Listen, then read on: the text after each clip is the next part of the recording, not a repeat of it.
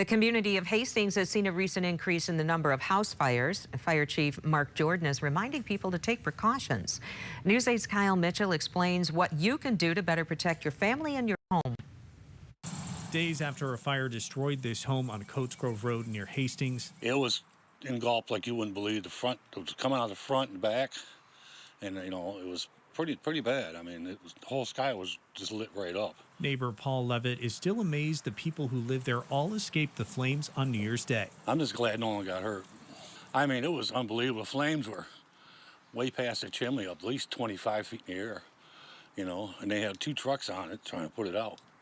It took quite a while to get it out. The flames can spread quickly, and seconds can make a difference between life and death. That's why firefighters say you need to have functioning smoke detectors. Fire doubles in size every 60 seconds, so the quicker we can get to that fire and get that knocked down, the better everybody is. Hastings Fire Chief Mark Jordan says they've seen an increase in the number of house fires beyond what they respond to in a typical winter. Firefighters have responded to 5 house fires in the past 3 weeks. One of the most recent one was candles in the home, getting knocked over and then causing fire. Other fires were related to heating or electrical issues. If you need smoke detectors, you can call your local fire department that can direct you to programs where they are provided for free. Definitely in one of them, we certainly could have got there quicker.